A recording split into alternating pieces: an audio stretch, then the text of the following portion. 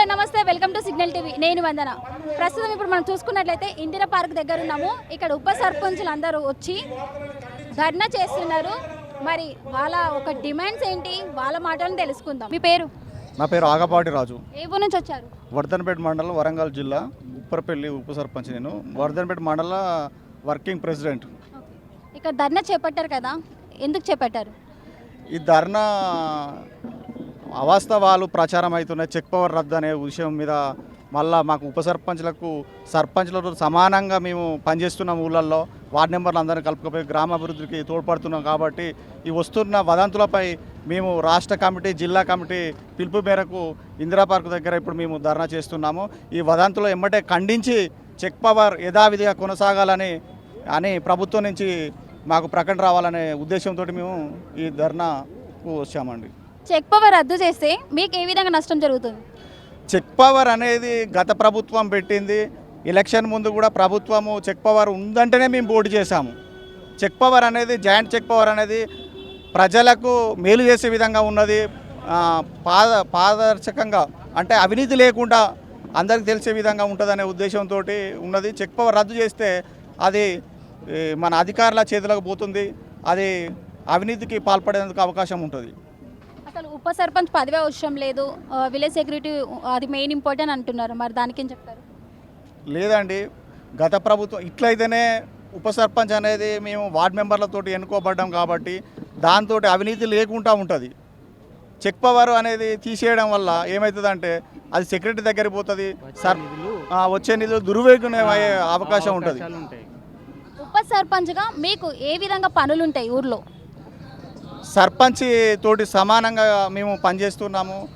Reservation ward నెంబర్లు కలుపుకొని ప్రతి విషయంలోని ఇప్పుడు 6 నెలల నుంచి కూడా మేము సైడ్ డ్రైనేజ్ కానీ, లైట్ల విషయంలో కానీ, వీధి లైట్లతో కానీ గ్రామ సభలు ఏర్పాటు చేయడం వల్ల కీలక పాత్ర వహిస్తున్నాము. మేము ఉప సర్పంచ్లమే కీలక పాత్ర వహిస్తున్నాము.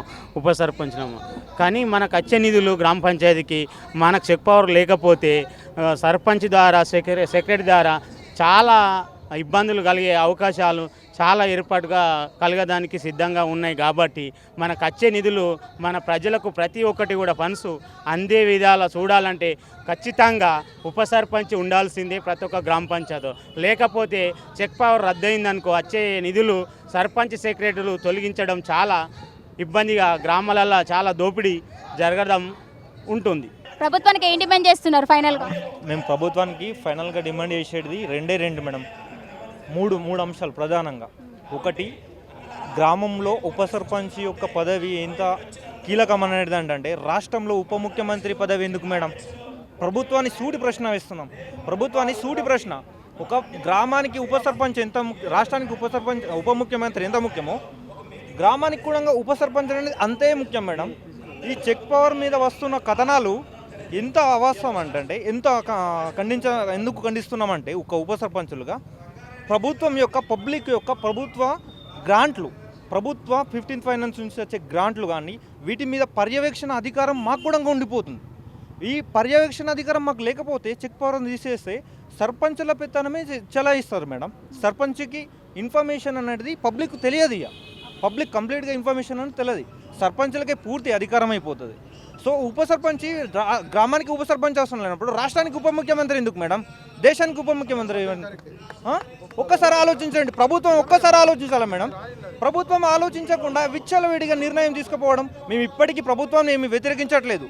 ప్రభుత్వంకు ఇప్పటికీ పేపర్ న్యూస్లో, పత్రికల్లో వస్తున్న కథనాల మీద స్పందించే ఈ స్థాయిలో రాష్ట్రం మొత్తంలో హలో ఉప సర్పంచ్, చలో ఉప సర్పంచ్ కార్యక్రమానికి స్వచ్ఛందంగా వచ్చిన మేడం. పార్టీల గవర్నమెంట్ నుంచి అఫీషియల్గా ఏం రాలేదా? గవర్నమెంట్ నుంచి ఎటువంటి అఫీషియల్గా రాలేదు. కానీ పబ్లిక్, గవర్నమెంట్ నుంచి ఉన్న రిప్రజెంటేటివ్లు, వార్తలు, వాళ్ళ మంత్రులు, పంచాయతీరాజ్ మినిస్టర్ సీతక్క గారు, వారి అనుచరుల నుంచే ఇన్ఫర్మేషన్ వస్తుంది. గవర్నమెంట్ నుంచి ఒక కలెక్టర్ ఆఫీస్లో, డిపిఓ నుంచి, కమిషనరేట్ నుంచి ఈ ఫైల్ అనేది మూవ్ అవుతుంది అని చెప్పి వీటి నుంచి కేబినెట్ మొన్న జూన్ 18 నాడు కేబినెట్ సమావేశం జరిగింది. ఆ జూన్ 18 నాడు ఆ కేబినెట్ సమావేశంలో ఉప సర్పంచ్ చెక్ పవర్ రద్దు గురించి విషయం కూడా చర్చించుదామని పత్రిక నుంచి న్యూస్ వచ్చిన స్పందన మీదకెళ్ళి మేము ఇంత ఇన్స్పైర్డ్ తీసుకొని ఆ కథనం మీదకెళ్ళి మేము ఇంత చర్యగా తీసుకొని ముందుకు వస్తున్నాం. ఉప సర్పంచ్లకు ఎటువంటి నష్టం లేదు మేడం. ప్రభుత్వం ప్రజలకే నష్టం. ప్రజలకే నష్టం, ఉప సర్పంచులకు ఎటువంటి నష్టం లేదు. దీని గురించి ఉప సర్పంచులు ఒక సెక్యూరిటీ గార్డ్ తిరిగా వర్క్ చేస్తుండు ప్రభుత్వ గ్రాంటులకు. సెక్యూరిటీగా ఉప సర్పంచ్ కార్యనిర్వహణ విధిస్తుండు. ఉప సర్పంచ్ ఒక దగ్గర సర్పంచులు మహిళలకు ఉప సర్పంచ్ పదవి కన్నా విలేజ్ సెక్యూరిటీ పదవి ఎక్కువ అని వాళ్ళకి హ్యాండ్ ఓవర్ చేస్తాను అంటున్నారు కదా మేడం. సెక్రటరీకి ఇస్తే ఏమొస్తుంది మేడం? ఒక ప్రభుత్వ అధికారికి ఇస్తే ప్రభుత్వ అధికారి ఇన్ఫర్మేషన్ ఇస్తాడా? ప్రభుత్వ అధికారి గ్రామంలో వీధిన తిరిగి పర్యవేక్షిస్తాడా? ఒక ఉప సర్పంచ్ గ్రామానికి సంబంధించిన వ్యక్తి ఆడ ఉంటుండ నిరంతరం గ్రామానికి స్థానిక సంబంధించిన వ్యక్తి మాత్రమే ఉప సర్పంచ్ అవుతాడు. అతనికి మాత్రమే స్థానికంగా ఉన్న ప్రాబ్లమ్స్ వస్తాయి. ఎక్కడో వచ్చిన సెక్రటరీకి ఏం చేస్తాయి మేడం గ్రామంలో ఉన్న సమస్యలు? పేరు? నా పేరు సాగర్. నేను బేలా మండల ఆదిలాబాద్ డిస్టిక్ నుంచి ఉప సర్పంచ్ని. ఏంటి మీ సమస్య ఏంటి? నా సమస్య ఏంటంటే ఇప్పుడు వచ్చిన వాళ్ళు పోయిన వాళ్ళు ఏందంటున్నారంటే ఇప్పుడు ఉప సర్పంచ్లో చెక్ పవర్ అంటున్నారు, కానీ ఉప సర్పంచ్లో చెక్ పవర్ తీసుడు ఇది న్యాయమే. నేను అట్లా అంటలేను, తీస్తారనేది అనలేను. ఇంతకుముందు గత ప్రభుత్వం కేసీఆర్ ప్రభుత్వం ఉన్నప్పుడు ఈ ఉప సర్పంచ్లకు చెక్ పవర్ ఇచ్చిండు కాబట్టే ఈ కాంగ్రెస్ ప్రభుత్వం తీస్తున్నది కావచ్చు అని నాకు అనిపిస్తున్నది, నా అభిప్రాయం. ఎందుకంటే ఇప్పుడు ఆయన కేసీఆర్ ఆన వాళ్ళు అన్నీ తీసేస్తా అని అన్నట్టు మాట్లాడుతుండు ఎవరు రేవంత్ రెడ్డి. అయితే దానిలో పాలసీ భాగంగానే ఈ ఉప సర్పంచ్లకు కూడా అన్యాయం చేస్తున్నారు అనుకుంటున్నారు కావచ్చు. కానీ ఉప సర్పంచ్ల చెక్ పవర్ తీసిన మాత్రాన మీ మంత్రులు, మీ ఎమ్మెల్యేలు మీ ఊర్లల్లో కూడా తిరిగే పరిస్థితి ఉండదు. ఎందుకు అంటున్నా అంటే ఇప్పుడు ఒక ఉప సర్పంచ్ అంటే ఒక ఉప సర్పంచ్ కాదు, మినిమం ఒక 6 వార్డ్ మెంబర్ లేనిది ఒక ఉప సర్పంచ్ కాలేడు. ఎందుకు అంటున్నా అంటే ఒక మినిమం 6 వార్డ్ మెంబర్లు అంటే ఒక సగం ఊరు కన్నా ఎక్కువ. సగం ఊరు అంటే ఒక మినిమం ఒక 2000 ఓట్లు ఉంటే ఒక 1200-1400 మంది ఆ ఉప సర్పంచ్కి నమ్మిళ్ళు కాబట్టే ఆ ఉప సర్పంచ్ గెలిచిండు. మీరు ఒక ఊళ్ళో డైరెక్ట్గా ఈ కాంగ్రెస్ ప్రభుత్వం 1200 మంది 1400 మందితోని అపోజిషన్గా మాట్లాడితే ఇది ఏం పరిస్థితి అవుతుందో ఏందో ఎవరికి తెలియదు. అది గట్టు కార్తీక్ అన్న ఏ పార్టీ నాకు సంబంధం లేదు, ఈ పార్టీలతో విషయం లేదు. ఏ ఉప సర్పంచ్ అన్న కానివ్వండి ఏ పార్టీ సింబల్ మీద గెలవలే. ఫైనల్గా ఏం డిమాండ్ చేస్తున్నారు గవర్నమెంట్కి? డిమాండ్ చేసేది ఏముంది మేడం, కుళ్ళని ఉన్నది. ఇక్కడ ఉన్న వాస్తవాలే చెప్తున్నాం కదా. ఉప సర్పంచ్లకు చెక్ పవర్ తీసే దమ్ము ధైర్యం ఈ ప్రభుత్వానికి అయితే ఉన్నట్టు నాకు అనిపిస్తలేదు. తీసే ధైర్యం అయితే లేదు. 110% చెప్తాను. తీసే ధైర్యం లేదు, తీయలేరు, ఇది కూడా చెప్తాను నేను. ఎందుకు అంటున్నా అంటే వీరు రేపటి రోజు ఊర్లకు వచ్చి ఓటు అడిగే పరిస్థితి కూడా ఉండదు ఈ ప్రభుత్వానికి. రేపటి రోజు ఉప సర్పంచ్ల చెక్ పవర్ తీస్తే రేపటి రోజు ఊర్లకు వచ్చి నాకు కాంగ్రెస్ కోటేయ అనే అధికారం కూడా ఉండదు. ఊర్లకు తరిమిచ్చగొట్టే రోజులు వస్తాయి. ఖబర్దార్ అని చెప్పి కోరుకుంటూ జై తెలంగాణ. ఉప సర్పంచ్ల ఐక్యత వరదిల్లాలి. మీ పేరు? నా పేరు బండారి జనార్దన్, మాది నిర్మల్ జిల్లా కడెం మండలం మాది. ఈరోజు రాష్ట్ర వ్యాప్తంగా ఎన్నుకోబడినటువంటి ఉప సర్పంచుల హలో ఉప సర్పంచ్ హలో హైదరాబాద్ కార్యక్రమానికి విచ్చేసినటువంటి మా ఉప సర్పంచులు అన్యాయం జరుగుతుందన్న ఒక ఉద్దేశం మీద ఇవాళ మేము గలమెత్తడానికి శాంతియుతంగా ఒక చర్య కోసం ఇవాళ మేము రాజధాని నడిబొడ్డున ఇవాళ గాంధీ పార్క్లో ఇవాళ మేము రావడం జరిగింది. ఈరోజు ఏ విధంగా అన్యాయం జరుగుతుంది? ఈరోజు రాష్ట్ర ప్రభుత్వం మేము ఏదైతే ఉన్నామో డిసెంబర్లో మేము ప్రమాణ స్వీకారం చేసే ముందు ఏదైతే ఫ్రాడ్ ఇన్ఫర్మేషన్ ఏదైతే వచ్చిందో ఇలా ఫ్రాడ్ ఇన్ఫర్మేషన్ 5 నిమిషాల్లో ఖండించిన రాష్ట్ర ప్రభుత్వం ఈరోజు అట్లాంటి ఇన్ఫర్మేషన్ ఇలా కొన్ని నెలల తరబడి ఇలా ఖండిస్తలేదు అంటే ఒక యథావిధంగా మా మీద ఒక ఉద్యమాన్ని తెరలేపిందని చెప్పేసి మేము యథాస్థితిగా మేము అనుకుంటున్నాం. ఈరోజు రాష్ట్ర ప్రభుత్వంలో ఇలా ఉప సర్పంచ్ అంటే ఒక డిప్యూటీ సీఎం ఎట్లా ఉంటాడో రాష్ట్ర ప్రభుత్వంలో ఉప సర్పంచ్ గ్రామ పంచాయతీ లెవెల్లో కూడా అదే విధంగా ఉంటాడనే విషయాన్ని ఈ రాష్ట్ర ప్రభుత్వం ఎప్పుడు మర్చిపోవద్దని చెప్పేసి నేను అందరికీ విషయంలో నేను సిగ్నల్ మీడియా ప్రకారంగా నేను చెప్పాల్సుకున్నాను. ఇంకా చెక్ పవర్ ఉంది కదా, ఎందుకు రద్దు చేస్తామంటున్నారు? అలా రద్దు చేయడం వల్ల మీకు ఏ విధంగా నష్టం జరుగుతుంది? మేడం మీరు చాలా మంచి క్వశ్చన్ అడిగింది మేడం. మీరు ఇది ఎప్పుడైతే ఎలక్షన్ కండక్ట్ ఎప్పుడైతే జరగలేదో మేడం ఈ డిపిఓలు ఎవరైతే ఉన్నారో డిపిఓలు మా మీద పడియల్లా తోడెళ్ళ ముసలు కన్నీరు తాగినట్టు ఇలా కంప్లీట్గా ఏం జరిగిందంటే మేడం ఇలా స్పెషల్ ఆఫీసర్ తరను పెట్టుకొని ఇలా కంప్లీట్గా వాళ్ళు ఫ్రాడ్ చేయడం జరిగింది. ఇలా ఫ్రాడ్ చేసి ఒక పంచాయత్ సెక్రటరీ లేదా ఒక డిపిఓ కానీ సర్పంచ్ కానీ ఉంటే ఇలా వాళ్ళకి ఎవరు కూడా హడ్డు అర్థం ఎవరు ఉండరు.